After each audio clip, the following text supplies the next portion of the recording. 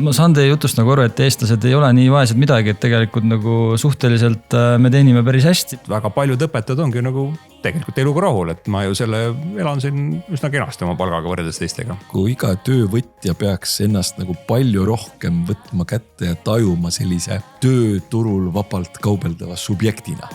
Töö on hea, nii hea. Kui tööle, siis rõõmuga.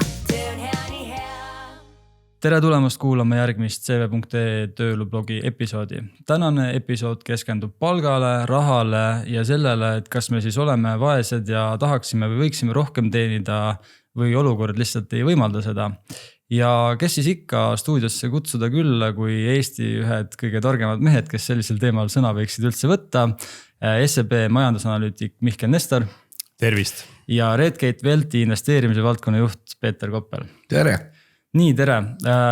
Küsin kohe siis ära selle küsimuse, et kas me oleme ikka siis vaesed või me lihtsalt nagu oleme harjunud selle hea eluga ja ei taha sellest palgarallist, mis siin viimastel aastatel oli, nagu lahti öelda?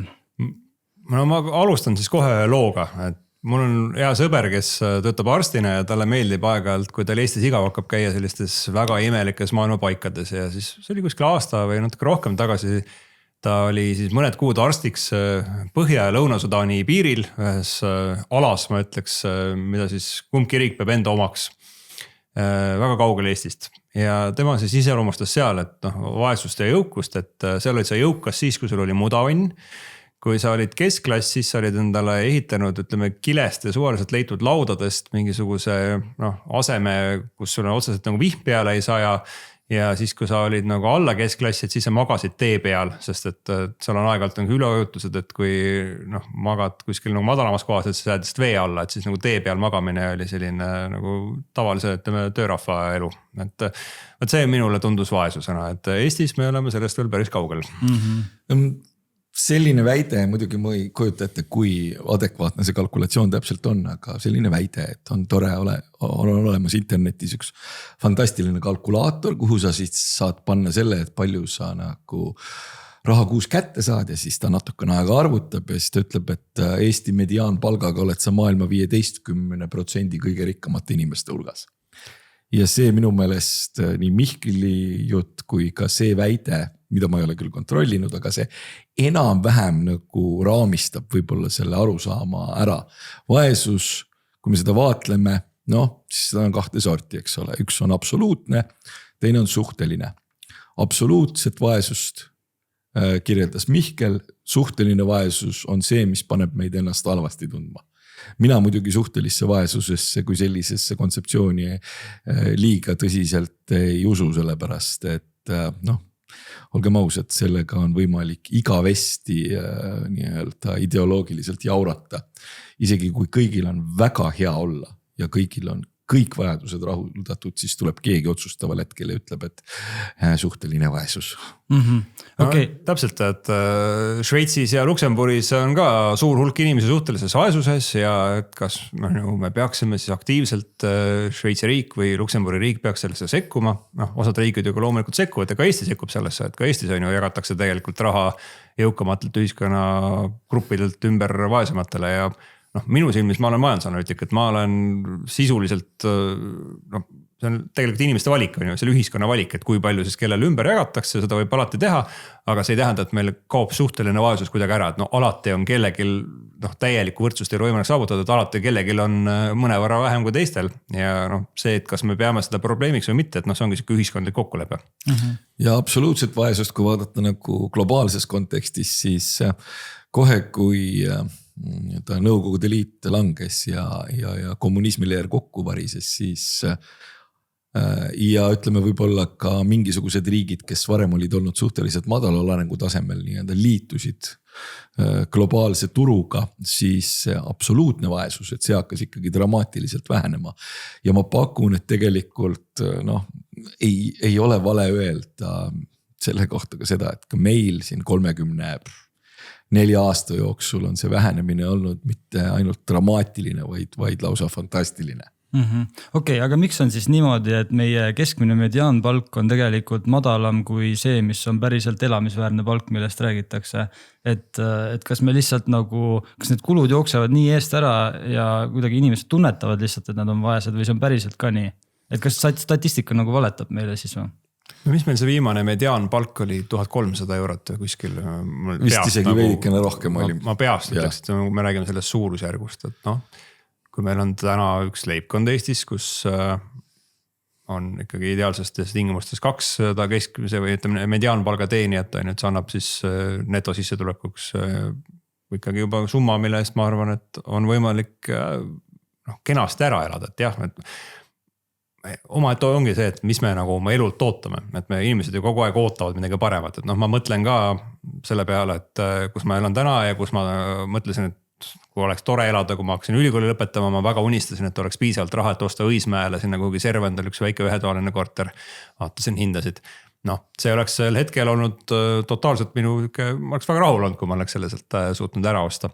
Et eks need ju inimeste ootused oma elu järele pidevalt kasvavad ja esinest on hea, et see ongi see, mis paneb lõpuks majanduse liikuma. Et kui ma olen kogu aeg nagu õudselt rahul sellega, mis mul praegu on, et sellest hästi tänapäeval väga moekas on ju teooria, et tuleb siis nagu olla rahul sellega, mis on, et see ühelt poolt ma nagu mõistan, see on väga vahva, aga ma kardan, et ühiskond nagu tervikuna niimoodi ei toimiks, et nii hakkavad vist inimesed lõpuks kuskil nälga surema, kui kõik on õudselt rahul sellega, mis kogu aeg on, et see on edasiviiv jõud, et me kõik tahame rohkem teenida, palka küsida, paremini elada.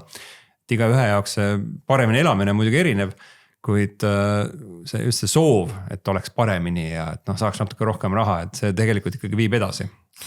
Ja elamisväärne palk iseenesest on jällegi selline subjektiivne kontseptsioon, et see võib olla äärmiselt erinev nii-öelda erinevate indiviidide jaoks.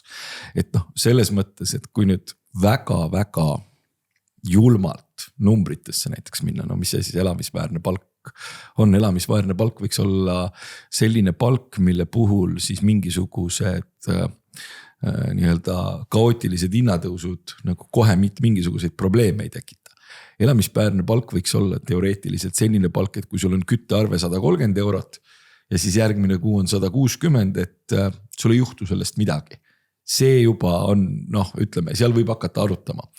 Ja aga loomulikult väga paljud inimesed leiavad, et see elamisväärne palk on nagu kuskil hoopis teises kohas, et see on ikkagi nagu, kuidas nüüd öelda, süsteemi fantastiline puudujääk, et nad peavad sõitma nagu Volkswagen Passatiga, mis on 8 aastat vana, mitte Mersuga, mis on 1,5 aastat vana. Ja seda kõike peaks saama justkui palgast finantseerida ja kui seda ei saa, siis on kuskil ebaõiglus.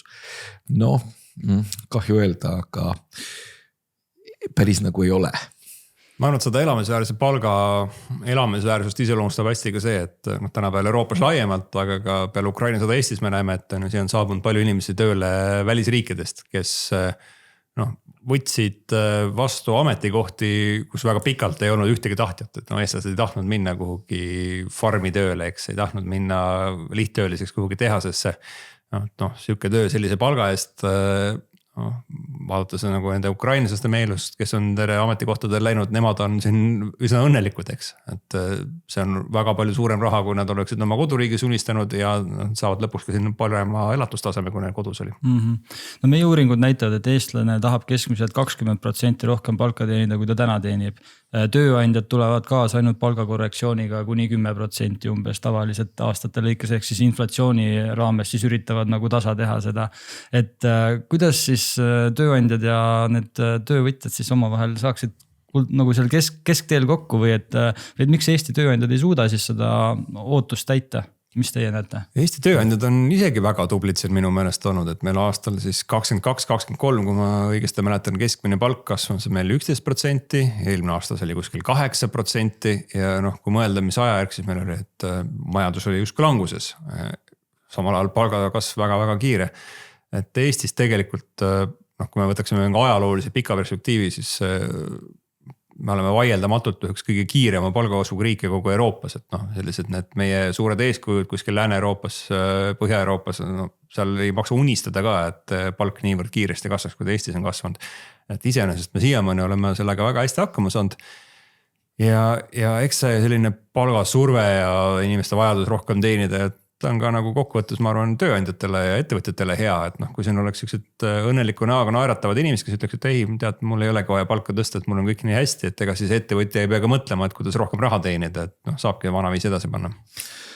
Jah, ma ei tea, kus kohast, kas see on mingisugune ajalooline teema või, aga no mulle vahetevahel tundub, et see üldine mõtteviis on kuskil selline 1905. aasta tehase töölis oma, kus siis nii-öelda monokli ja torukübaraga kergelt kõhukas argipäeval frakki kandev vabrikant käib tähtsa näoga ringi ja vaatab, kuidas töölised võtavad näljapajuki eest 6 päeva nädalas 11 tundi päevas nagu tööd teevad ja põhimõtteliselt, et see on võimalik, ta saab endale seda lubada ja kodus konjakit juua, sigarit suitsetada ja õelal titsitada. Sellist asja ei ole tänapäeval enam olemas. Põhimõtteliselt me elame täna kontekstis, kus meil on tööjõupuudus. Täpselt nagu Mihkel kirjutas, tulid ukrainlased, võtsid vastu neid töökohti, mida meie siin enam ei tahtnud. Ehk siis meil on tööjõupuudus, mis sisuliselt tähendab seda, et see tööjõud dikteerib seda, et kuhu suunas. Ühesõnaga selle tööjõu pakkumise vähesus tegelikult dikteerib väga paljudki seda, et kuhu suunas palgad liiguvad. Ja siin ma pean ka olema täiesti nõus Mihkliga, et noh, meil tööandjad on isegi tublid. Selles mõttes, et nad on suutnud vaatamata sellele, et neil kulubaas kogu aeg nii-öelda tööjõukulude kontekstis kasvab, ellu jääda, äri edasi ajada ja palka ka tõsta. Ehk siis see selline 1905. aasta mõtlemine tasuks täiesti ära unustada, sellepärast, et jõuvahekorrad on täiesti teised. Okei, aga ikkagi kui me vaatame kommentaariumis ringi, siis see suhtumine on ja ta püsib, et kuidas me sellest lahti saame või nagu, et kas selle nagu peaks töötajad ise siis võtma selle mingisuguse rolli, täidavad selle, ütlevad, et noh, et okei, ma olen rahul sellega, mis mul praegu on nendes tingimustes ja tööandja ei peagi kõiki minu soove ja unistusi täitma, et ma pean ise vastutama selle eest, et ma suudaksin oma soove ja unistuse oma palga eest täita. Ma kardan, et kommentaarium on siuke koht, kus me ei peaks isegi vaatama ja neid inimesi ei tee miski maailmas õnnelikuks, et see läheb mingisugune pigem selle inimpsühholoogia valdkonda, sest et kui me vaatame tegelikult meil on valdav osa inimesi Eestis ju käib tööl. Eesti tööhõive on üks kõige kõrgematest kogu maailmas, et ma kardan, et ega sinna kommentaariumisse väga palju inimesi jäänud ei olegi, et kõigil on midagi sisukamat teha oma päevadega. Ja mul on äkki endal siis mingisugune kallutatus, aga mina ei näe nagu ka seda üldist tajutavat olukorda Eesti tööturul kuidagi nagu õudselt negatiivsena. Ma mäletan, mulle meeldinud lapsed saadik ajalehti lugeda ja kui olid vähegi mingi valimised tulemas, et siis poliitikutele õudselt meeldis rääkida sellest töötusest ja madalast palgast ja kuidas me seda peame kõike lahendama. Minu arust need teemad on täiesti ära kadunud. Ma ei mäleta enam, millal keegi viimati töötusest kuskil rääkis poliitikutest. Ma isegi see, et palgad on liiga väikesed, isegi see teema on kuidagi võrreldes vähemalt varasemaga väga vähe tähelepanu saanud, mis näitab seda, et nemad on need, kes võib-olla seda konjunktuuri kõige paremini tajuvad, et mida inimesed tahavad ja nõuavad ja tundub, et ei ole teema, ei ole see, mis praegu valijad kõnetab, ehk siis inimestel üsnagi hästi valdavalt on selle küsimusega. Aeg-ajalt sellist väljendit nagu palgavaesus ikkagi viskab sisse. Kahjuks kajastub ka siis nende poliitikute reitingutes üldiselt, et ei näe neid peaministri toolil. Nii kipub olema, et ja see on ka selles mõttes, et jällegi see kontseptsioon läheb sellise massitasandilt tegelikult nagu indiviidi tasandile. Aga kui sa siin mainisid, et kommentaariumi ja inimesed on keskmiselt nagu rahulolematud ja üldiselt tahaksid nagu 20% rohkem saada, siis ma arvan, et see on täiesti inimlik. Ma arvan, et mina tahaks ka 20% rohkem saada. Vähemalt 20% muidugi tahaks, Mihkel tahab 20% ja selles mõttes, et see on ainuüksi, kui sellist asja küsida, ma ütleksin, et see on küsimuste otsimine küsijat vaevavatele vastustele. Sa saad selle 20% vastuse sealt alati kätte. Isegi kui inimene ilmselt eile õhtul võttis istus, ma ei tea, kašmiirkattega diivanipadjal ja määris saiale ööbikukeele pasteeti ja vaatas 98 tollisest OLED telekast midagi lolli. Et noh, sa saad sellelt inimeselt ka kätte selle, et 20% tahaks ikka veel saada. Okei, aga räägime natuke sellest ostujõust ka, et inimene saab palgatõusu ja ta ei tunneta kuidagi, et see aitaks tal natuke rohkem endale lubada. Mis värk sellega on? Üks asi on jälle see tunnetus ja üks asi on numbrid. Et meil oli korraks põnev periood, on ju, kui on siin vahepeal Eesti inflatsioon ka 20% küündis ja 20% palgakasv jõudnud. Pärast selle olukorra lahenemist Eesti palga ostujõud on ikkagi olnud pidevas kasvus. Oleme endiselt tasemed kätte saanud, et tegelikult tuleb kogu aeg juurde, aga jah, et loomulikult, et nii palju, kui meil nominaalselt palk siin iga aasta kasvab, et nii palju seda ostujõudu juurde ei tule, aga jällegi, et ta ei tule mitte üheski teises riigis. Ja taas ma kõrvutaksin eestlasi ikkagi teiste rahvustega. Et meil on Euroopas jalaga segada riike, kus palgakasvu tuleb luubiga mõõta või vaadata, sest et me räägimegi seal mingist 1,5%, 2%. Samal ajal on ju inflatsioon on ka Euroopa jaoks probleem olnud, et ma arvan, et väga paljudes riikides on suhteliselt konstantne seis, et tegelikult see ostujõud ei kasva või suusa väheneb. Eestlaste elu on ilmselgelt paremaks läinud, kui me võrdleme meie elatustaset siin, et näitaja on nagu võtad selle SKP jagad inimeste arvuga, kohandad veel ostujõuga, et täna Eesti on seal kuskil 80% Euroopa Liidu keskmisest. Peeter mäletab hästi nõukogude aega, mina mäletan väga elavalt 90-ndaid elu seal, siit on tuldud väga pikk tee. Aga kellega ma ennast võrdlema peaks? Nüüd ma olen tavainimene, tahan vaadata, et kuidas mul läheb, kas ma peaksin vaatama mingi kindla riigi poole, Euroopa mingi keskmise poole, Balti riikide poole? Mina arvan, et peaks võrdlema iseendaga varasemast ajast. Selles mõttes, et siit tuleb võib-olla natuke see välja see näide, mida Mihkel välja tõi, et mingisugusel hetkel oli unistus ühetoaline korter Õismäel ja see tundus nagu ikka Õismäel, see oli peaaegu juba nagu kõrgem keskklass. Aga aja jooksul on tegelikult läinud väga paljudel inimestel, jällegi kui indiviidi tasandile minna, leiame probleeme, aga nii-öelda agregeeritult on väga paljudel inimestel läinud väga palju elu paremaks ja üleüldse mitte nagu dramaatiliselt pika aja jooksul. Ja kus see probleem tuleb sisse nendel inimestel, kellel on see tulutase on niisugune jäik ja justkui fikseeritud, aga kulud kasvavad.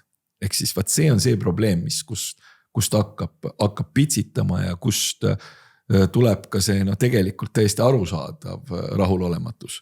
Ja aga muidu kokku antud kontekstis mina ikkagi ütleks jah seda, et ei tasuks võrrelda soomlastega, sellepärast, et Soome on natukene teistsugune koht, kui me arvame ja mäletame. Ei tasuks võrrelda rootslastega, sellepärast, et ka Rootsi on teistsugune koht, kui me arvame. Ei tasuks võrrelda sakslastega, vaid tasuks võrrelda just nimelt sellega, kus me ise olime näiteks 10 aastat tagasi, 15 aastat tagasi, mis oli siis see sama mediaanpalk, mida selle eest osta sai. Ja ma julgen väita, et põrreldes 10 ja eriti 15 aasta taguse ajaga jällegi agregeeritult suurem osa inimesi elavad paremini.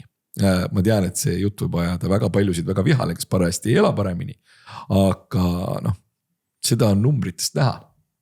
Okei. Ma arvan, et see probleem on võib-olla need inimesed, kes seda ei taju, on natuke Tallinnast ka kaugemal. Võib-olla nad on keskmisest natuke vanemad, et me teame, need muutused, mis nagu omal ajal toimusid 90-ndatel Eesti ühiskonnas, need olid väga-väga kiired ja sellised kiired muutused teevad osad miljonärideks ja osad viivad vaesusesse. Et olengi isegi käinud Saaremaal kodus, mis nägi välja, et 80-ndatel võis olla see nõukogude inimese totaalne unistus, et kõik piljardilauad, kõlarisüsteemid, klaaslaed, kõik selline, aga siis kadus see ettevõte sellest asulast ja ei olnudki enam väga palju valikuid, mida seal koha peal teha. Et need võivad olla inimesed, kes on põhjusega, vähemalt saad öelda, et ma ei tea, kas pettunud on, aga nad saad öelda, et nüüd neil tõepoolest kunagi oli parem elu. Ja ka tänases seisus, et kui ma olen võib-olla pensionieale lähenev inimene mingi väga spetsiifilise haridusega või haridusega, millega tänapäeval enam midagi teha ei ole. Ma olen seal töötanud 30 aastat selle ainsa ettevõtte juures, kes selles asulas paikneb. Võt seal nagu natukene tuleb seda 1905. aasta maiku võib-olla, et tõesti, et seal mul ei ole nagu jalaga segada tööandjate vahel, kes mind tahaks ja kus ma saaks kogu aeg rohkem palka küsida. Ja seda väga lihtsal viisil ei lahenda, et see on see koht siis, kus me tuleb kuidagi võib-olla ühiskonnal inimesi aidata, aga jällegi ma olen realist, et üks riiki maailmas ei ole olemas, kus üksid inimesi ei eksisteeri, kellel on keeruline. Eesti positiivne külg on see, et distantsid on üldiselt väiksed, tööjõupuudus on pidev, et valdaval osal inimestest on võimalik valida endale tööandja ja nad võiksid seda isegi võib-olla rohkem teha, et ka need samad inimesed seal lähenemas võib-olla pensionieale, et ta arvab, et keegi teda tööle ei võta, aga kas ta proovinud on, et kas ta on saatnud 10 CV-d välja. Ma olen küll näinud neid üllatusi, kus siis suure fanfaaride saatel siin mõni suur ettevõte, küll väga ammu on teatnud, et Eestis palgatase on liiga kõrgele tõusnud, et nemad nüüd lähevad minema ja vaadake ise edasi. Seal on järgmine päev on järjekord nagu tööandjaid on ukse taga, sest et neil on nagu tikutulega inimesi taga otsinud. Seal on pikalt töötanud sellised inimesed, kes on usaldusväärsed, on ju truud sulle sellele tööandjale, et jumala eest tulge meile ja üllatusena järsku see tööd avastab, et algul oli suur masendus, et koondati ära, aga et kuule, et ma saan seal uues kohas on ju 10% rohkem palka. Peeter, kas meil on selline nagu esimese ja teise Eesti efekt nagu kuidagi, et meil on nagu need maapiirkonnad, regionaalsed piirkonnad ja nagu seal on nagu see tunnetus ja see situatsioon hoopis erinev, et tegelikult sa natuke kirjeldasid ka seda, et see võib nagu olla selline, et me siin Tallinnas ja Harjumaal vaatame, et kõik on hästi, aga mujal Eestis nii hästi ei ole. See kipub niimoodi olema küll, aga siin jällegi eriti mitte midagi parata ei ole. Mina julgen väita, et see on ikkagi mingis kontekstis ka globaalne trend, et seda SKT-d kiputakse looma tõmbekeskustes ja nende ümber ja selles mõttes, et ja need tõmbekeskused mõjuvad tegelikult ümbritsevatele piirkondadele ka vaakumina, kes imevad seda tööjõudu tegelikult ära ja nagu Mihkel mainis tabavalt, siis meil on õnneks distantsid talutavad võrreldes nii mitmetegi muudegi riikidega, et tegelikult on võimalik ka nii-öelda pendeldada tööle suhteliselt kaugele niimoodi, et see tegelikult nii ajaliselt kui rahaliselt ära tasub. Nii et aga loomulikult, et mis see hea näide on, mida Mihklile meeldib tuua ja nüüd meeldib mulle ka tuua, et kuidas see on, et Hiiumaa mõju Eestimaa SKT-le on 0. Ja selles mõttes see ei tähenda seda, et Hiiumaal mitte midagi ei toimuks. Aga see on minu mõelest erakordselt hea illustratsioon sellest, et mida tähendab kas või näiteks Harjumaa versus Hiiumaa. See on hästi keeruline teema, et ma ei ole kindlasti selline hardcore neoliberaal, kes arvab, et kulige nüüd kõik Tallinnas ära ja maal ei peagi teada elu olema, et loomulikult see oleks suurepärane, kui meil oleks Eesti kõik õitsvad alevikud oleksid täis õnnelikke jõukaid inimesi, kellel on koha peal töökohad, kus nad saavad 3 tonni kätte. Aga ma lihtsalt olen realist, et majanduslikus plaanis see on võimatu, et siin riik saab sageli vastu päida, et kuskilt jälle kaob kool või kuskilt kaob postkontor. Kas ütleme, jätaksime kooli ja postkontori alles, et mis siis juhtub, et kas siis nagu saabub õitsev elu sinna asulasse, et lõpuks tipneb sellega, et koolis on õpetaja üksi ja postkontorametnik üksi, et mis on see tendents on see, et väga palju teisest Eestist on kolinud see esimese Eestisse ära. Aga õnneks on ka erandeid, et ma arvan, nagu kõige kindlam viis on selle vastu võidelda, mitte see, et nüüd tuleb mingi riiklik sekkumine, reguleerimine, et me postkontorid kinni ei pane. Või see, et me nüüd võtame Tallinnastelt miljardeid eurosid ja investeerime seda sinna kuhugi Valgamaale. Jällegi sa võid nagu pikendada seda protsessi agooniat, et millal see maakond või vald sul tühjaks jookseb, aga ära sa seda ei hoia. See on lihtsalt trend. Aga kui on niisugune kohalik ütleme, patriot, kes ta ongi sealt linnakesest, vallakesest pärit ja ta tahab seal koha peal midagi teha ja ta on nägemist ettevõtliku inimesega, et meil on Eestis täiesti uskumatutes kohtades on nagu väga-väga edukaid ettevõtteid, meil on väga edukaid väikelinnasid, kus ongi lihtsalt, et paaril inimesel on selline patriotism, et ma ei koli siit oma tootmist kuhugi Tallinna külje alla, ma ikka proovin siin nagu edasi ajada oma asja ja noh, nad saavad sellega väga edukalt hakkama. Aga noh, neid inimesi see riikliku sunniga kuidagi juurde ei tekita või ei kinnista sinna oma kodumaakonda. See on natuke nagu paradoks selles suhtes, et nad on nagu seal maal on elu nagu ju odavam ka iseenesest on palgad väiksemad, et samas sa peaksid ju nagu endale saama rohkem natuke lubada. Et ma tahaks korra selle heaolu juurde Peeter tagasi tulla, et nagu, et me näeme, et tegelikult inimesed ikkagi reisivad palju, inimesed ehitavad, ostavad palju, et kinnisvaraturul ei lähe praegu kõige paremini, aga me räägime, et majandus on siin, ma ei tea, mitu aastat järjest juba languses on nüüd natuke võib-olla kerge positiivne noot on viimastel kuudel nagu olnud. Et kas inimesed lihtsalt kulutavad enda sääste äkki ja sealt tuleb see rahulolematus, et nad näevad, et säästud hakkavad kokku kuivama ja sealt tekib see, et hea tööandja anna mulle rohkem palka, et ma saaksin oma säästu. Siin ma isegi tean võib-olla Peetrist paremini, et meil täna jällegi keskmisena küll, aga tekib iga kuu inimeste pangakontodele 1% rohkem raha. Korrutuse siis kuude arvuga aastas, no seda raha tuleb ju väga-väga palju sinna.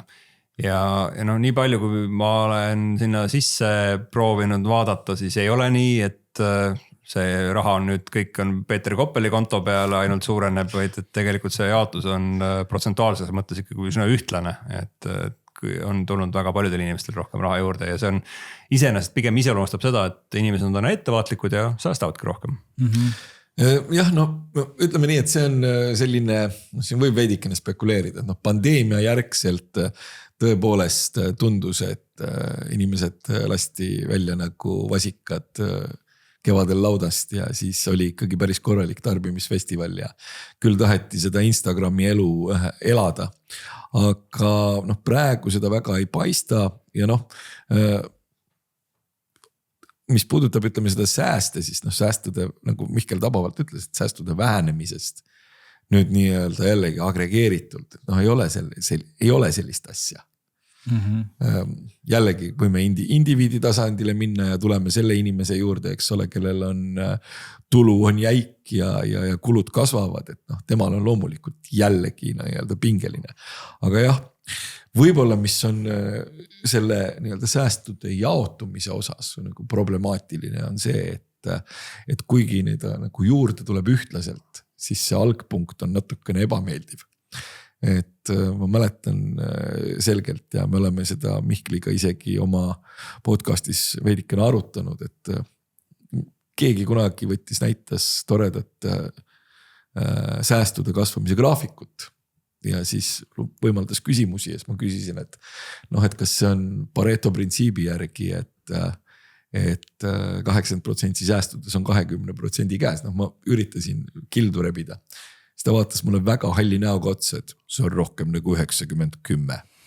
Et juurde tuleb, aga see algne nagu, see on see koht, kus tegelikult võiks kas nüüd just 1905. aasta vaibile mõelda, aga see on natukene see koht, mis ikkagi näitab, et kui siis, et see heaolu, mis meil on, et on liigutud paljultki sellest, et kui elati peost suhu, siis nüüd elatakse poest suhu. Tuli üks mõte veel seoses selle töötajate rahulolu ja ebavõrdsuse ja maapiirkondadega, et nimelt meil on Eestis üks väga võib-olla mõnes mõttes spetsiifiline seltskond töötajaid, kes olenemata oma elu ja töökohast teenivad umbes sama palju. Need on õpetajad ja mina kunagi hallil ajal töötasin haridusministeeriumis, kus minu kolleeg, kes siis nagu tegeles muus hulgas ka õpetajate palkadega, ütles, et maapiirkonnas õpetajas on kohalik rikas ja mitte siis see, et justkui maapiirkonnas ta on kõige rikkam inimene, et ka seda võib olla, aga põnev on selle juures see, et see suhteline vaesus, millest me rääkisime, ma arvan, et seal tuleb see suhtelisuse küsimus, et kui ma olen Tallinnas on ju ja olen õpetaja, Tallinnas on väga-väga palju inimesi, kes teenivad oluliselt rohkem, kui seda teenib õpetaja. Selles maapiirkonnas, vallavanem võib-olla saab rohkem, väga palju suurema palga teenijaid ei ole. ja no mitte, et ta siis see maapiirkonna õpetaja saaks endale väga palju kõrgema elatustaseme kui Tallinna õpetaja, sest ega seal maapiirkonnas peale kinnisvara ju ülejäänud asjad ei ole soodsamad, kui nad on üldiselt Tallinnas, aga ta tunneb ennast suhteliselt üsna heas seisus olevat ja ta on päris õnnelik oma palgaga. Ja ma arvan, see väga hästi ka põhjendab seda, et miks meil Eestis on õpetajad on üsna nagu kehvad oma palga läbirääkimistel, et näiteks arstidega võrreldes nad on, ei ole väga altid on streikima ja taust ongi see, et lihtsalt väga paljud õpetajad ongi nagu tegelikult eluga rahul, et ma ju elan siin üsna kenasti oma palgaga võrreldes teistega. Jah, ja kui maal elavad nad nii-öelda suhteliselt hästi, siis tõmbekeskustes on ju see lugu, et meil õpetajad kipuvad vananema. Aga õpetamine on selline töö, mida on võimalik tegelikult, kui õpetajal on rõõmus meel ja tervis enam-vähem korras, seda on võimalik teha kus selgelt kõrgema eani kui mõnda muud tööd. Ja siis need õpetajad, eriti kui nad õpetavad reaalaineid, siis nad võtavad selgelt rohkem tunde, siis nad töötavad 2-3, väidetavalt isegi 4 kohas. Ja lõppkokkuvõttes, kui siis nagu mõelda, et nende selline rõõmsameelne siblimine eri kohtade vahel, et mis see siis nii-öelda joonealuseks annab, siis see annab tegelikult isegi Tallinnas peaaegu sellise sissetuleku, mille kohta võib öelda, et see on okei. Jah, see on närviline töö, jah, see on raske töö. Aga tabavalt nagu siin mainitud sai, et tundub, et maal on õpetajad rahul ja tundub, et linnas ma kahtlustan, et vähemalt head reaalainete õpetajad ka nagu väga ei virise. Sellepärast ma ka alati vaatan need igasugust riiklikke sekkumisi ebavõrdsusesse ka väga kahtleva pilguga, et mõnes mõttes, et miks me kõik ei ela Tallinnas on see, et vahel lihtsalt rahaliselt on mõistlikum, kui ma oleksin õpetaja, ma ilmselt läheks ka maale elama. Ja rahulik elu, saad sama palju palka, kui sa Tallinnas saad, aga saan endale soetada seal kinnisvara ilmselt parema kvaliteediga, kui seda on Tallinnas. Ja siis kui nüüd mõni poliitik tuleb välja šokeeriva avaldusega, et 10% inimestest ei saa endale Tallinnas kinnisvara lubada ja nüüd me tuleme ja aitame neid inimesi, et mis me siis tekitame, et me ühelt poolt nagu võimendame ju seda protsessi, et nüüd ongi kõigil võimalik siis Tallinnas ära kolida. Lõpuks ka ebavõrdsusega tegelemine, et see võib anda ka nagu vastupidise tulemuse, mida me tegelikkuses ei tahtnud. Jah, selles mõttes, et mõtle, koliksid Nestor mingisugusele saarele õpetajaks, oleksid kohaliku saare parun valmis. Hea meelega lähen Saaremaale või Saaremaale. Väiksemale saarele, väiksemale. Ja kui ma ei eksi, siis Ida-Virumaal vist on mingisugune selline protsent veel juures õpetajate palgal ka, et saad veel rohkem teenida, et saab valikuid teha, et te mõlemad nagu vihjate natuke sellele, et inimesed on nagu ise saavad enda elu jaoks palju ära teha, et kas siis vaadata oma kulutused üle või siis natuke rohkem tööd teha, vaadata, et äkki on võimalik mingit lisatööd teha, aga millal peaks üks inimene nagu muretsema hakkama, et et kas see 10 senti piima hinna tõus, et kas sellepärast on vaja nagu paanikat ja sellist draamat tekitada nagu paanika ja draama muretsemine on kasulikud nii kaua, kui sa selle pinnalt ka oma tegevuses midagi muudad. Et niisama viriseda ja siis nagu tuimalt edasi istuda, et sellel tegevusel ei ole ju jumet, et iseenesest ma arvan ka neid olukordi reaalelus on ju päris palju, kus inimene vaatabki, et pagan, elu on nii kalliks läinud, et ma ei tule otsa-otsaga kokku, ma pean nagu midagi muutma ja läks seekord võib-olla tööandja juurde, küsis julgemalt palgatõusu ja läks hästi äkki saigi. Tööandja saatis ta pikalt sellega, et ei, sa ei saa rohkem palka juurde, vihastas tööandja peale, läks tegi cv.ee portaali lahti, hakkas töökohtasid surfama, saatis välja 10 avaldust ja lõpuks sai nagu parema töökoha. Et selles mõttes ma arvan, see on nagu positiivne, et viib elu edasi. See muretsemine on üldse üks erakordselt naljakas kontseptsioon. Minu meelest oli piiblis kirjas, et muretsemine ei ole kellelegi isegi mitte ühte juuksekarva kunagi pähe toonud, et see on täpselt nagu siin mainitud just sai, et kui see muretsemine viib mingi tegevuseni, mille tagajärg võib olla olukorra paranemine, siis jah, davai, muretsege, aga muidu muretsemine, ma ei tea. Muidugi selles mõttes kohe meenub see, et võib-olla mul oli ülikoolis natukene liiga rõõmus meel mingisugusel hetkel ja siis üks õppejõud teatas, et sellise muretu suhtumisega elus kaugele ei jõua. Ja siin me nüüd siis oleme. mõtle, kui sa oleksid võinud veel jõuda, kui sa ei oleks nii jah, kui ma oleks veel muretsenud ka niimoodi, et söönud ainult muretaignat. Nii et kuna me oleme siin viimased aastad ainult muretsenud, siis võib eeldada, et varsti tuleb punn eest ära ja majandus hakkab kasvama, kõik palgaralli tuleb tagasi. Tegelikult majandus siin, kuigi Statistikaamet viimati teatas, et ei kasva, siis ma olen nõus nagu väikest viisi kihla vedama, et ta endiselt siiski kasvab. Et kui ma vaatan igasugust muid majandusindikaatorid, et läheb paremini tööstusel, läheb paremini jaekaubandusel. See, mis on esimeses kvartalis Tallinna kinnisvaraturul toimunud on, see on, räägib hoopis teist keelt kui see, et kõigil on väga suur mure oma elu pärast. Tegelikult see elu läheb paremaks, aga võib-olla Eesti selline üks probleem on see, et meil ongi nagu õudselt kiiresti kogu aeg paremaks läinud ja kui on mingisugused ajaetapid, kus nagu ei lähe kogu aeg lineaarselt sama kiiresti paremaks või isegi korraks läheb natuke halvemaks, et see on mentaalselt on seda kuidagi väga raske vastu võtta, et itaallased nad on nagu harjunud, et kõik on kogu aeg väga halvasti ja majandus ei kasva ja pigem elatustase langeb, on ju. Elavad kenasti edasi, aga eestlase jaoks just kui see on nagu täiesti mingi uudne kogemus, et järsku on midagi halvemini või, et see aasta ei saanudki 10% palka ja ei saanud endale natukene uuemat autot liisida. Eestlastele vist meeldib mingisugune hetke ebameeldiv olukord igavikku lõpuni välja ekstrapoleerida, et mäletan minagi aastat 98, 99, kus mitte midagi ei pidanud paremaks minema, sellepärast, et oli arenevate turgude Vene kriis ja Vene turg kukkus ära, siis oli 2008 globaalne finantskriis, 2009 oli tõesti õudne. 2010 oli ka veel päris halb, aga siis hakkas tasapisi jälle minema.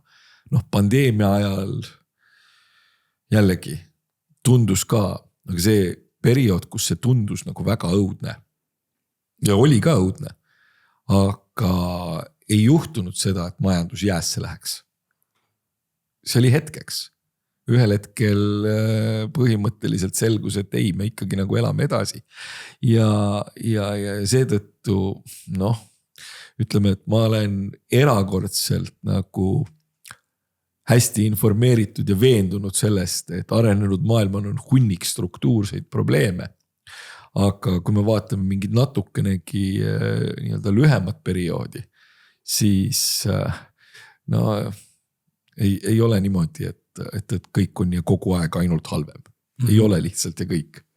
Aga sa tõid hea asja välja, et see COVID-i kriisi ajal või tervisekriisi ajal kõik nagu pärast seda kuidagi nagu plahvatas, eks ole, et kas me peaksime siis nagu inimestena ka minema tagasi aastasse 2019 ja vaatama, et milline oli minu elatustase siis nagu sellel ajal, mida ma sain endale lubada ja mida mitte ja siis panna nagu võrdusmärk, et praegu võiks olla umbes sama seis, et kustutame need 3 aastat siis oma mälust ära. Ma ei tea, mis sa selle informatsiooniga nagu pihta hakkad, et mina just presenteerisin mingit näiteks graafikut, kus oli siis erinevad Eesti majandussektorid, et mis oli, kui palju raha seal oli siis nii-öelda aastal 2019, kui palju oli eelmisel aastal. See pilt oli seal kirju. Ma arvan, et ka nagu inimeste kontekstis, et kindlasti leidub ju neid, kellel ei ole vahepealsetel aastatel palgakasvu olnud riigi keskmisega võrdväärne ja nad jõuavad siis tulemuseni, et minu elatustas on vähenenud, et kui see teadmine neid viib mingisuguste sammudeni on ju. Mina muuseas käisin see aasta palga läbi rääkimisel nii, et ma panin oma palgakasvu ja inflatsiooni nagu kõrvuti, et siis vabalt, aga et kui see nagu nenditakse paratamatust ja liigutakse edasi, et siis seda oleks huvitav näha, et kuidas üks majandusanalüütik läheb palka läbi rääkima. Sellega on selline lugu, et ütleme, eksisteerib selline fantastiline asi nagu Bloombergi terminal, kus on võimalik võtta ka siis Eesti tarbijahinnaindeksi liikumist nii-öelda kumulatiivselt. Sul on ka kindlasti mingisugune asi, kus sa selle kätte saad ja siis sa saad väga kenasti võtta sealt välja numbri, et palju see inflatsioon näiteks viimase 3 aasta jooksul, kui sul pole palk teps mitte võib-olla tõusnud või on tõusnud nagu natukene ja siis näitad seda protsenti ja siis näitad seda protsenti ja siis vaatad nagu küsiva näoga otsa. Ja see on natukene karm vahete vahel, sellepärast, et võib-olla Mihklil seda probleemi otseselt ei ole, aga ütleme, kui minna mingisuguse tavalise ausa ja korraliku juhi juurde sellise graafikuga, siis need kulmud võivad ikkagi vist päris kõrgele kerkida. või siis täitsa ära kärssada ilmselt. Aga mul on täitsa selline praktiline küsimus, et oletame meil kuulaja täna töötab mingis teatud sektoris, millel ei lähe nii hästi. Meil on teatud sektorid, kus palgad on madalamad, nad ei tõusa väga kiiresti, näiteks kaubandussektori palgad on teadaolevalt madalamad ja seal ongi nagu raskem, et kuidas selline inimene läheb nagu palka juurde küsima, et mis näiteid ta võiks vaadata, et nüüd on õige aeg minna oma tööandja juurde ja rääkida palgast? No ma arvan, et natuke võiks teha turu-uuringut esmalt, et seada realistlikud ka ootused, et mis siis üldse nagu võimalik on, et seda ma arvan, nii mina kui Peeter oleme ka oma karjääris teinud, et ma ei lähe ülemuse käest küsima summat, mis ma tean, et mitte kuskil mitte keegi mitte kunagi mulle ei maksaks, eks. Et natuke sellist taustatööd teha, et kus siis kui palju makstakse, meil tänapäeval on statistika muutunud väga kättesaadavaks, meil on Statistikaameti enda lehel on väga põhjalik palgarakendus, kus sa näed, mis on keskmine palk. Kui sa oled veel terakene nutikam, siis sa suudad minna näiteks Maksu- ja Tolliameti lehele, laadida sealt alla andmed, kui iga kvartalina antakse ettevõtete andmed, et kui palju keegi on maksusid maksnud. Seal muuhulgas leiab näiteks sotsiaalmaksu ja töötajate arvu. Ja seda on väga huvitav vaadata iseenesest, et sa saad suht põhjalikult oma sektoriselt välja võtta ja vaadata, et kui palju siis ühe töötaja kohta sotsiaalmaksu maksti. Kui ei tule tööandja vastu, ambitsiooni on, siis miks mitte võtta top 10 ühendust, kes kõige rohkem neid maksusid maksid, et tundub, et seal on kuidagi võimalik ajada natuke rasvasemat äri, millest siis osa ikkagi ka töötajatele laiali jagatakse. Aga sa ikkagi viitad sellele, et vahetada siis seda nagu tööandjat või siis sektorit? Ma kardan, et enda tööandja juures palga läbirääkimised, need on praktikas, sa saad tõenäoliselt rahaliselt suurema võidu valdav osa inimesi, kui nad üritavad kuhugi välja liikuda, et lihtsalt nagu seda näitab ka statistika, eks, et kui inimesed liiguvad oluliselt suurema summa pärast, kui siis on tegelikult ju Eesti keskmine palgakasv, et kas sul see nagu õnnestub või mitte, aga selline aktiivsus tööturul, et ma hindan oma võimalusi.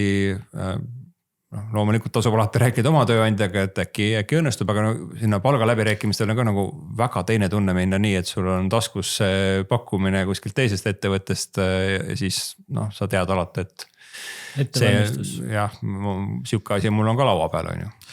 See on natukene selline võib-olla tuleohtlik nagu väide, aga kui me nüüd nagu ausalt mõtleme, siis meil on, eks ole, see struktuurne tööjõupuudus. Ja minu meelest nagu iga töövõtja peaks ennast nagu palju rohkem võtma kätte ja tajuma sellise, kuidas nüüd öelda, tööturul vabalt kaubeldava subjektina. Ehk siis, kui keegi pakub rohkem ja ütleme, see ei pea olema ju ainult palk, see võib olla ka alates sellest, et keskastme juht ei ole sotsiopaat ja tööle tuuakse õunu ja banaane iga päev, eks ole. Et tasuta kohvi minu jaoks on väga oluline näite. Kui teile töö juures peate kohvi eest maksma, siis ma soovitan igaks juks ikkagi tööturul ringi vaadata, et on kohti, kus saab tasuta kohvi. Täpselt ja selles mõttes, et aga et kui see siis nii-öelda, kui mingisugune tööandja sisuliselt see pakett, mida ta pakub, on mingisugusel viisil parem, miks siis seda mitte vastu võtta? Mulle tundub, et inimesed on veidikene oma mingisuguses sellises lojaalsuses kinni või see on meiega kunagine kultuur, et kunagi ju inimene lasti ülikoolist välja, on ju sisuliselt võib-olla suunati kuhugi tööle ja siis ta kogu oma ülejäänud elu nagu seda tööd tegi. Tänapäeva maailmas asjad ei käi nii. Selles mõttes, et sellises läänemaailmas on see kogu aeg olnud nagu selgelt palju dünaamilisem. See, kui kiiresti näiteks ameeriklased on nõus teise osariiki kolima, on lihtsalt töökoha pärast. See on uskumatu, kui dünaamiline see liikumine on. Ja keegi ei saa sellest nagu mingisugust erilist traumat. Ehk siis minu meelest võiks nagu tööjõud keskmiselt seda mina pilti nagu natukene muuta ja aru saada, et oledki vabalt kaubeldav subjekt ja võtad müüd enda aega ja oskusi sellele, kes kõige rohkem pakub, mitte siis ainult rahalises kontekstis, et jah, tõepoolest. Mul tekkis vahepeal idee kellelegi nagu ülikooli lõputööks, et uurida seda, et kuidas mõjutab siis töökohtade vahetuste arv sinu palka, et kas võiks teha hüpoteesi. Minu hüpotees on siis see, et inimesed, kes on rohkem töökohta vahetanud, nende palk on kasvanud kiiremini kui inimesed, kes on olnud väga lojaalselt ühele tööandjale. ma arvan, see on faktiliselt isegi juba uuritud ja vastab tõele tegelikult. Ma arvan, et kui ma siin enda näitele mõtlen, siis see vastab oi kui tõele. Aga ma muidugi ei ole nagu dramaatiliselt palju vahetusi ka teinud, nii et. Aga ma küsin niipidi, et kas teatud sektorites nagu majanduse nurga alt on üldse nagu võimalik, et need palgad nagu tuleksid järgi sellele soovile, vajadusele, nõudlusele või elatustasemele, et kui me vaatamegi kas kaubandussektorit näiteks, et kui mul olen kas poemüüja või kuskil seal nagu panen kaupa lettidele, et kas see on reaalne üldse, et see palk järgi tuleb esiteks ja teiseks, et mis see nagu võrdlusmoment on, et kus me nagu teiste riikidega asetseme? Ma arvan, et väga paljud, eriti just teenindussektori valdkonnad, nad kasvavad koos riigi elatustasemega, et mida rikkamaks saab riik, seda rohkem kasvab ka siis seal palk, aga et seal ei toimu mingisuguseid väga olulisi muutusi, juhul kui ei toimu siis midagi väga olulist on ju ütleme tehnoloogilises valdkonnas, et võib-olla Eesti hea näide on need poodide automaatkassad. See tehnoloogia eksisteeris juba kuskil 15 aastat tagasi täiesti kättesaadavalt, ma arvan, et umbes sel ajal ka mõni pood pani oma esimese kassa kuhugi poenurka püsti ja siis ta vaikselt seal kogus tolmu, keegi selle eriti ei käinud. Ja paljud ka rääkisid, et tead katsetamegi, et ja kui päriselt küsida, et siis, et kuna inimese palk oli odavam, kui võib-olla see investeering teha. Täna me oleme ikka jõudnud olukorda, kus valdav osa inimesi minu meelest vähemalt Tallinna suurtes poodides on just seal automaatkassade järjekorras, eks. Et sellised tehnoloogilised muutused võivad seda nagu pilti ka muuta. Kust raha ikkagi tuleb, on siis see, et keegi mõtleb midagi uut väga vahvat välja. Ja Eesti puhul ka kindlasti eksport, eks. Et eksportivad ettevõtted, et seal on võimalik siis kellegi teise käest seda raha teenida. Aga nendega meil on siin natuke häda, et meil on siin väga-väga tugevad uued tehnoloogia ettevõtted, kus eelmine aasta minust programmeerimise IT-teenuste tegevusala keskmine palgatas oli 4000 ja me räägime keskmisest palgast, eks. Et paljud said rohkem. Samal ajal, kui ma vaatan nagu töötlevad tööstuses sükest keskmist pilti vähemalt, et seal ikka tuleb verehinnaga kogu aeg see palga kasv, sest et ma tõepoolest saan aru, et paljud ettevõtted, nende ärimudel nagu selline, nagu see täna on, et seal ongi väga-väga keeruline seda raha kuidagi juurde genereerida. Ja mõni on lusika nurka ka visanud, need on siiamaani üllatavalt vähe isegi olnud. Aga et seal peaks siis mingi muutus toimuma ja seal ma saan nagu tööandja murest ka aru. Aga töötaja vaatevinklist ma oleksin võib-olla isekas, et otsiks neid kohti, kus siis läheb paremini ja ma arvan, see pro tipina täpselt vaadata seda, et maksuameti andmetelt, et kus siis nagu on raha, et palka maksta.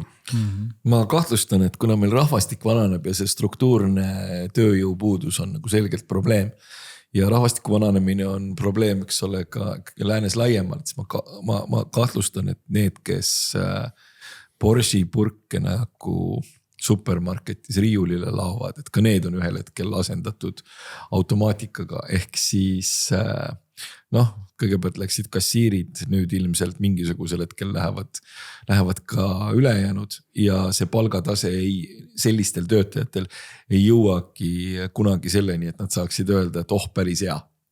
Et lihtsalt need lihtsad valdkonnad võetakse, automatiseeritakse ära ja ma ei tea, ma gentrifitseerunud hipster piirkonnas ikkagi olen sunnitud vahetevahel ka poes käima ja ühes poes, kus ma aeg-ajalt käin, kus oli ikkagi enne päris mitu kassat, siis nüüd on üks.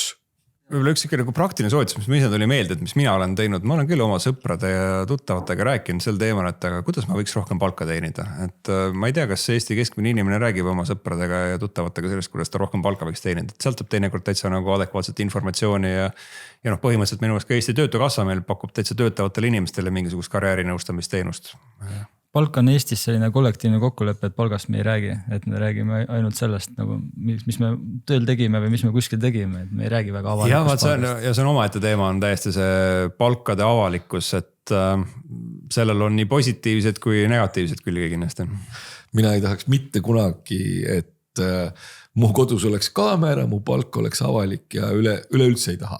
Aga jah, selles mõttes, et see on võib-olla natukene selline see sotsiaalse võimekuse küsimus ja võib-olla selle tasandi küsimus, et kuidas ja kus sa opereerid.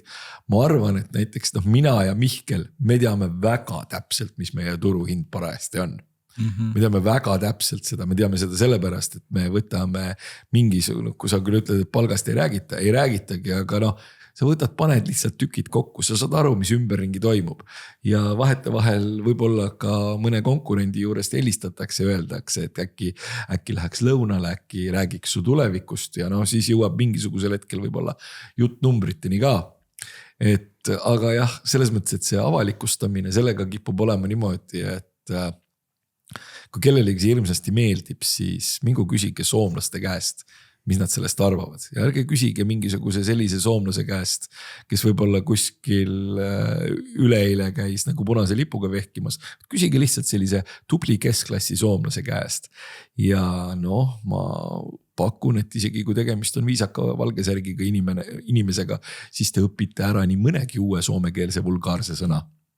Aga ma tahaks ikkagi küsida selle kohta, et miks on nii, et ma elasin Austraalias, austraallased ikkagi tundsid ka teenindavas sektoris, et nad elavad ilusti ära. Nad ei näinud nagu mingit probleemi seal ja ka lihtsama tööga oli võimalik väga ilusti ära elada, aga Eestis sa kuuled ja näed ainult seda, et teatud sektoris ollakse rahulolematud. Endiselt Austraalia SKP elaniku kohta ongi Eesti omast kõrgem, et see on täiesti mõistetav, et teenindussektori töötaja Austraalias tõenäoliselt elabki märksa paremat elu, kui ta elab Eestis. Seda, kus nüüd nagu suhtelisel skaalal on Austraalia teenindava sektori keskmine palk versus sealne keskmine palk ja mis see suhtarv Eestis on, et selle ma jään muidugi siin nagu võlgu. Et eks neid, kuidas see turg selle nii-öelda paika on pannud, neid süsteeme on väga erinevaid ja vahel on ju ka riik sekkub sellesse läbi maksusüsteemi, mis taas on siuke ühiskondlik kokkulepe, et mina olen valmis elama nii neoliberalismis kui sotsialismis on ju, aga et kui see peab olema ühine kokkulepe, et nii siis on. Mina sotsialismis väga ei tahaks elada, aga siin ma tooksin võib-olla näite millestki sellisest, mida ma arvan, Mihkel kindlasti mäletab, et oli ju selline fantastiline komöödiasari nagu Married with Children või mida siis nii meie kui soomlased tõlkisime Tuvikesed ja seal oli kingamüüja, kellel oli auto, maja, 2 last, koer ja kodune naine. Ja selles mõttes see ei olnud selline asi, mis oleks olnud nagu naljakas Ameerika kontekstis või mille kohta kõik oleks öelnud, et niimoodi küll ei saa. Päris niimoodi ilmselt ei saanud, aga seda ei peetud nagu selliseks asjaks, mis oleks nagu täiesti võimatu. Et samamoodi Homer Simpson, üksinda, käis tuumajaamas, käib tööl ja üksinda, maja, 2 autot, 3 last, koer. Jällegi, aga see on tegelikult selline mudel, mis on terves arenenud maailmas ja eriti Ameerikas kaotsi läinud. Ei ole niimoodi enam, et ühe sissetulekuga sellist kenat kõrgema keskklassi elustiili harrastad. Ja selles mõttes see, et ei ela enam ära või niimoodi, et see standard on liikunud mitte nagu positiivses suunas. Seda on mujal ka, see ei ole Eesti spetsiifiline. Okei, aga mis siis saab? Meil on nüüd teatud sektorites see tööjõu nappus, eks ole, seal on tihti põhjus selles, et see palk on madalam, inimesed ei taha sinna minna. Kas te siis nagu inimestele soovitaksite vaadata sektoreid, kus siis sa teeniksid rohkem, sest et suure tõenäosusega välistööjõud või mingi automaatika asendab siis selle lihtsama töö niikuinii? See on väga hea, et meil on sektoreid, kus on tööjõu nappus, kus keskmine palk ei ole madal, sest et kui neil ei oleks seda, siis nad jääkski sama suureks ja nad ei suudakski oma tootlikkust kasvatada ja nad ei paneks oma uksi kinni ja need inimesed, kes selle veel jäänud on, ei saaks minna kuhugi mujale. Et alati, individuaalses plaanis ma olen ka siin hiljuti puutusin kokku tööandjaga, kes oli peaaegu pisar silmil, et ta peab oma tootmise kinni panema, et palgatase on niivõrd kõrge ja ta pool naljaga küll ütles, et Eesti võiks kehtestada niisuguse nagu palgalööka ülempiiri, on ju, et mitte alampalk, vaid ülempalk, eks. Ma ju nägin inimese muret, et ma ei saa hakata seal niimoodi kommenteerima kõrvalt parastavalt mingisugustest makroökonoomilistest näitajatest, aga teisalt ühiskonna jaoks see on suurepärane, et kui meil on täis tööhõive, sina ei suuda seda palka maksta, sa ei leia selle palgaga töötajaid, et järelikult kuskil on võimalik maksta seda palka. Et see on kokkuvõttes ühiskonna jaoks kindlasti väga hea, et ma arvan, et ma isegi julgeks öelda, et mida kiirem on palgakasv, et see on isegi nagu ühiskonnaks parem, aga siin on just, tuleb kaks vahet see, et kas see tuleb kuidagi orgaaniliselt on ju, et töötajad nõuavad, tööandjad vannuvad, higistavad, mõtlevad ja siis suudavad oma hinnalipikut kuidagi ka näiteks siin ekspordi puhul kergitada. Või siis tuleb hea valitseja, kes ütleb, et ei, te olete tööandjad olnud halvad ja maksnud kõik töötajatele liiga vähe palka. Mina tulen ja aitan neid vaeseid inimesi ja nüüd on siin näiteks alampalk on, teeme 2000 eurot, on ju. Noh, seal tõenäoliselt oleks oma tagajärjed, mis ei meeldiks mitte kellelegi päeva lõpuks. See oleks jah päris huvitav selles mõttes, et siis 2000 eurot ühtäkki ei tähendakski eriti midagi. Aga noh, palgakasvuga üldiselt tõepoolest see töötajate puudus, struktuurne tööjõu puudus, kõik see tegelikult tõukab innovatsiooni tagant. Sellepärast, et asjad on vaja ära teha ja asjad on vaja ära teha siis nii-öelda kiiremini, paremini ja efektiivsemalt.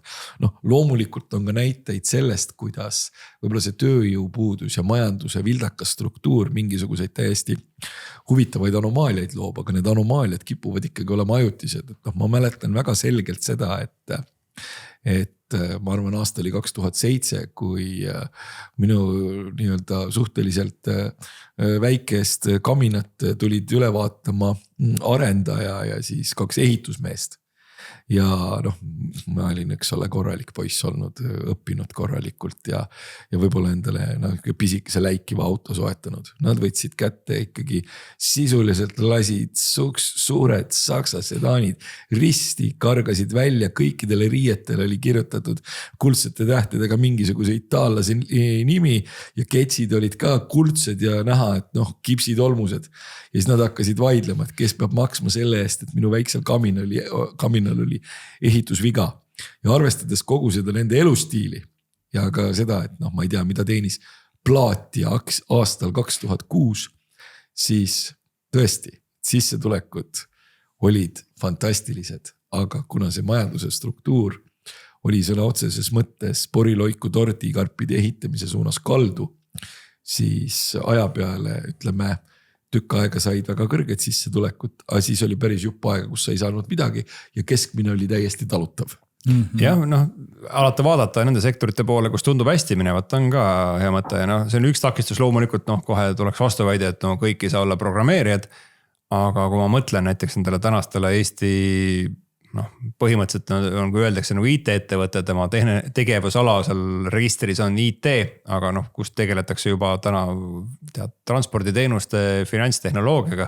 Seal on igasugused ametikohti, et noh, kui me vaatame, ma arvan, nende suurte tehnoloogiaettevõtete personali ja võib-olla nende haridustasete varasemalt töökogemust, nad nagu 100% ei ole seal kindlasti kõik programmeerijad, seal on igasuguseid ja ma miskipärast ikkagi arvan, et ka raamatupidaja või see inimene, ma ei tea, kes toalilli kastab nendes ettevõtetes, ta teenib võib-olla natuke rohkem, kui ta teeniks mõnes teises sektoris raamatupidaja olles. Chief Happiness Officer nagu mõnes IT-ettevõttes. Kui sa kuskil näpud jäävad rasvaseks, öeldakse selle kohta vist jah, et kui õiges kohas õigel ajal olla. Okei, vaikselt peame hakkama kokku tõmbama, aga selline huvitav mõte teile veel, et ma saan teie jutust nagu aru, et eestlased ei ole nii vaesed midagi, et tegelikult nagu suhteliselt me teenime päris hästi, meil on päris hea elu, aga me oleme endiselt rahulolematud, anname. Ma ei ole isegi sellega nõus, et rahulolematus on ka, et noh, seda võib-olla midagi asi, mida nagu meediale meeldib võimendada. Eestlasel kuidagi on kombeks ka nagu nii öelda, et me ei ole rahul, aga noh, ma ei näe nagu seda sukast rahulolematust nagu kuidagi päriselt. Okei, ma sõnastan ümber, et on näiline rahulolematus, mis läbi meedia tegelikult paneb tööandjatele päris suure palgasurve.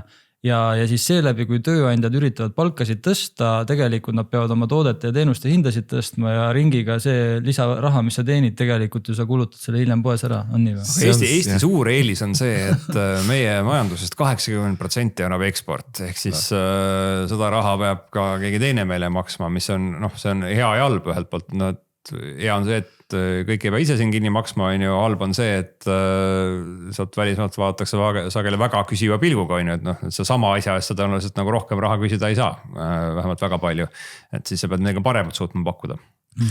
Jah, eks, aga noh, natukene seda inflatsioonilist spiraali ikkagi on ka, et kui tööjõud, kuna seda pakkumispoole peal on probleem, on ju, nõuab kogu aeg, siis seda tulebki kogu aeg vähemalt näiteks teenuste hindadesse juurde keevitada ja siis ühel hetkel võib-olla tekib see tunne, et äkki ei tahagi seda teenust kasutada enam. Aga ka sellega tegelikult kiputakse ära harjuma.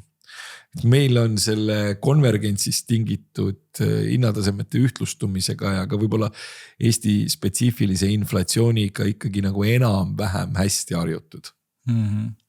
Okei, härrad, võtame nüüd kristallkuulid välja. Kas 2026 aastal oleme vaesemad, rikkamad või oleme samal tasemel? No, mina pessimist alusta. No, mõned on kindlasti rikkamad. Mõned on kindlasti rikkamad ja no, sellega hirmutatakse nagu hästi palju praegu, aga ma arvan endiselt, et Eesti keskmine palk kasvab kiiremini, kui on meie inflatsioon. Et no, see aasta meil on siin maksutõusud, järgmine aasta neid väga hetkel planeeritud veel ei ole. Et kes siis öelda jah, et mõnel on kindlasti elu läinud vaesemaks, on ju, ei ole see palk käinud siin ühte jalga, on ju, hinnatõusudega. No, teised on jällegi saanud päris palju. Ja noh, üks asi, mis siin ka võrrandus tuleb panna, teistele õudselt meeldib ju viimasel ajal nagu ka laenu võtta ja korterid osta endale, et noh, kõik, kes on siis natuke laenu võttud, et nendel teiselt poolt siis Euroopa Keskpank praegu jagab natuke tagasi on ju läbi madalate intressimäärad, et sealt läheb ka elu odavamaks kuskil kohal, et peab pangale vähem kodulaenu tagasi maksma. Isegi tunnen. Mõtle, mis on, maksad 150-200 eurot vähem eluaseme laenu, mis teed sellega? Säästad või? Ei, tarbimisse. Okei, Peeter, kas sa nõustud siis laias laastus või tahad täiendada enda? Ei, no selles mõttes, et loomulikult ma nõustun, sellepärast, et see on olukorra adekvaatne kirjeldus. Noh, ja ma muidugi võin natukene pikema perspektiivi kohta veidikene nalja visata, sest mina teatavasti olen see hirmus inimene, kes leiab, et meil on siin ilmselt oodata võib-olla natukene ajaloolisest keskmisest. Ma ei mõtle siis Eesti mõttes, vaid ma mõtlen nagu Euroopa mõttes ja kogu arenenud maailma mõttes nagu kõrgema inflatsiooniga perioode, et noh, kõrgema inflatsiooniga perioodidele on omadne see, et võib küll juhtuda, et ostujõud väheneb, aga üks asi on hea. Numbriliselt, nominaalselt palganumbrid võivad muutuda palju ilusamaks, kui nad praegu on. Ja eestlane on õnnelik, palk kasvas. Number oli suurem. Aga lõpetuseks viimane küsimus ikkagi selline hästi praktiline töörahva esindajana ja ka tööandjate esindajana, et üks praktiline soovitus mõlema poolt, et mida peab üks inimene täna jälgima, et nüüd, kui selline asi majanduses juhtub, siis suurema tõenäosusega ma võin teha julgemaid otsuseid oma rahaga ja palgaga. Noh, ma arvan, et kui majanduskasv läheb mingi selline, kui ikkagi nagu 3 juurde juba, siis ma kahtlustan, et siis on meil jällegi paras festival lahti. No ma arvan, et kui sinna Tallinnastele, et kui Ülemiste keskuse parklasse nagu autoga ära ei mahu, et siis üldiselt võib hakata mõtlema sellele, et vist on see aeg, kui saab jälle palka juurde küsida julgemalt. Mul oli juba see nädalavahetus probleeme selle parkimiskoha leidmisega. Aga aitäh teile siia külla tulemast kõikidele kuulajatele. Kuulasite SEB majandusanalüütikut Mihkel Nestorit ja Redgate Velti investeerimise valdkonnajuhti Peeter Koppelit. Aitäh teile! Aitäh! Kui tööle, siis rõõmuga. Töö on hea nii.